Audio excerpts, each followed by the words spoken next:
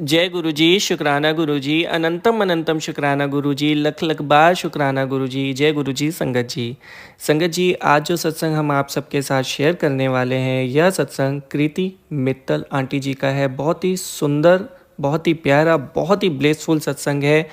And तक सत्संग को ज़रूर सुनिएगा, क्योंकि कहते हैं जो भी सत्संग सुनता है या सुनाता है, दोनों को गुरु जी की ब्लेसिंग्स मिलती है।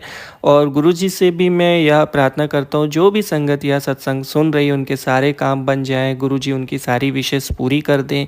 अगर वो किसी परेशानी में है तो उनको उनका हल मिल जाए, गुरु जी से मेरी यह प्रार्थना है। और संगत जी, जितना ज़्यादा आप ब्लेसिंग को शेयर करेंगे उतनी ज़्यादा ब्लेसिंग्स आपको मिलेगी, क्योंकि गुरु जी कहते हैं ब्लेसिंग्स जितनी शेयर की जाती हैं उतनी ही ज़्यादा वे हमें ब्लेस करते हैं।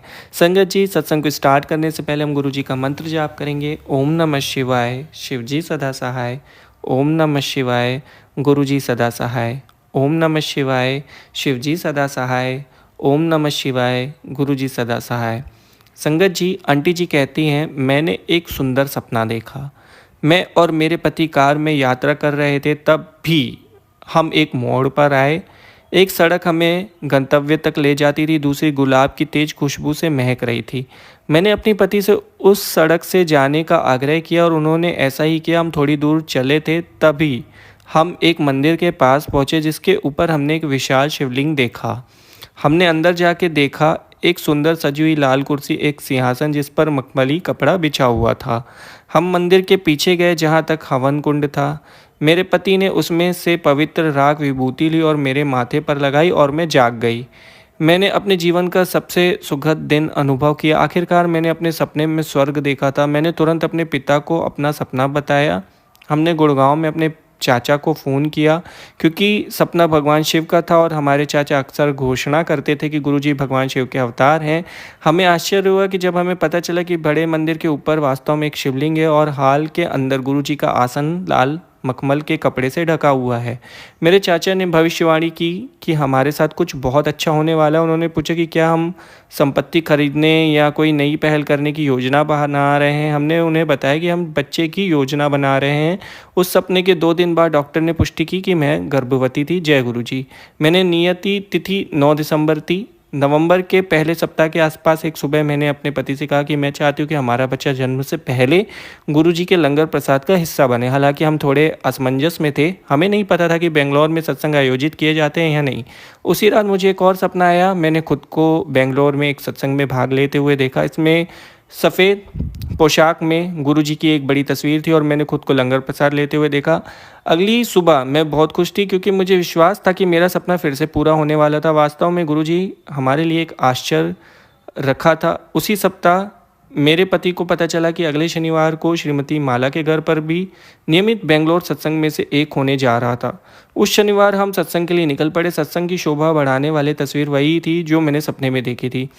नवंबर के मध्य में हमारे बच्चे के जन्म के एक सप्ताह पहले मेरी भाभी, जो अंबाला में भक्त थी, ने भी एक महत्वपूर्ण सपना देखा। उन्होंने मेरी पतलून पर एक ओम देखा, जो बाद में गुरुजी में बदल गया। उसके बाद गुरुजी गायब हो गए और एक बच्चा प्रकट हुआ। उसी दिन मुझे एक सपना आया कि जिसमें मैंने देखा कि मैं और मेरे पति गुरुजी के एक और सत्संग में भाग ले रहे थे। जब मैं बैठी थी तो मेरी गोद में एक शिशु प्रकट हुआ और संगत ने कहा कि यह एक लड़का है। 22 नवंबर को मुझे बेंगलोर के अपोलो अस्पताल में भर्ती कराया गया। जब मैं प्रसव कक्ष में थी, मेरे पति बाहर उत्सुकता से प्रतीक्षा कर रहे थे।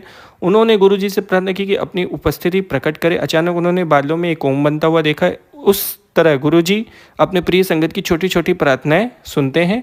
कहने की ज़रूरत नहीं है, गुरुजी ने उस दिन हमें एक बेटे का आशीर्वाद दिया। हमने सही मायने में जीना तभी शुरू किया कि गुरुजी ने हमें अपनी दिव्य शरण में लिया है। तब से जीवन खुशियों से भरा हुआ है। हमारे सामने आने वाली कोई भी समस्या एक सुंदर सत्संग में बदल जाती है। हम सभी गुरुजी से प्यार करते हैं और हमेशा गुरुजी से प्रार्थना करते हैं कि वे अपनी संगत से प्यार करते रहें। गुरुजी हमेशा अपनी संगत और उनके परिवार के सदस्यों को आशीर्वाद दे। जय गुरु जी। बहुत ही प्यारा, बहुत ही ब्लेसफुल सत्संग था आंटी जी। आपका बहुत बहुत शुक्रिया सत्संग शेयर करने के लिए। मैं आपसे माफ़ी चाहूँगा अगर मुझे आपका सत्संग कहने में कोई भी गलती हो गई हो। गुरुजी से भी मैं यही माफ़ी चाहूँगा। संगत जी, अगर आप भी अपना सत्संग हमारे चैनल के माध्यम से शेयर करना चाहते हैं तो डिस्क्रिप्शन में मेल आईडी है, वहाँ भेज दीजिए, हम उसे ज़रूर शेयर करेंगे। और ऐसे ही ब्लेसफुल सत्संग सुनने के लिए गुरुजी के चैनल को सब्सक्राइब करिए एंड बेल आइकन नोटिफिकेशन को ऑन कर दीजिए ताकि आप तक सत्संग या नोटिफिकेशन आते रहें। संगत जी, विश्वास और आस्था ही सब कुछ होती है। जितनी आप अपनी विश्वास को मजबूत करोगे, आस्था को मजबूत करोगे, जितना आप मंत्र जाप करोगे, उतना गुरुजी से आप अपना कनेक्शन स्ट्रॉन्ग कर पाओगे।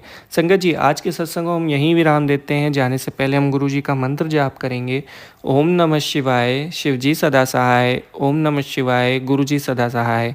ओम नमः शिवाय, शिवजी सदा सहाय। ओम नमः शिवाय, गुरुजी सदा सहाय। जय गुरुजी संगत जी।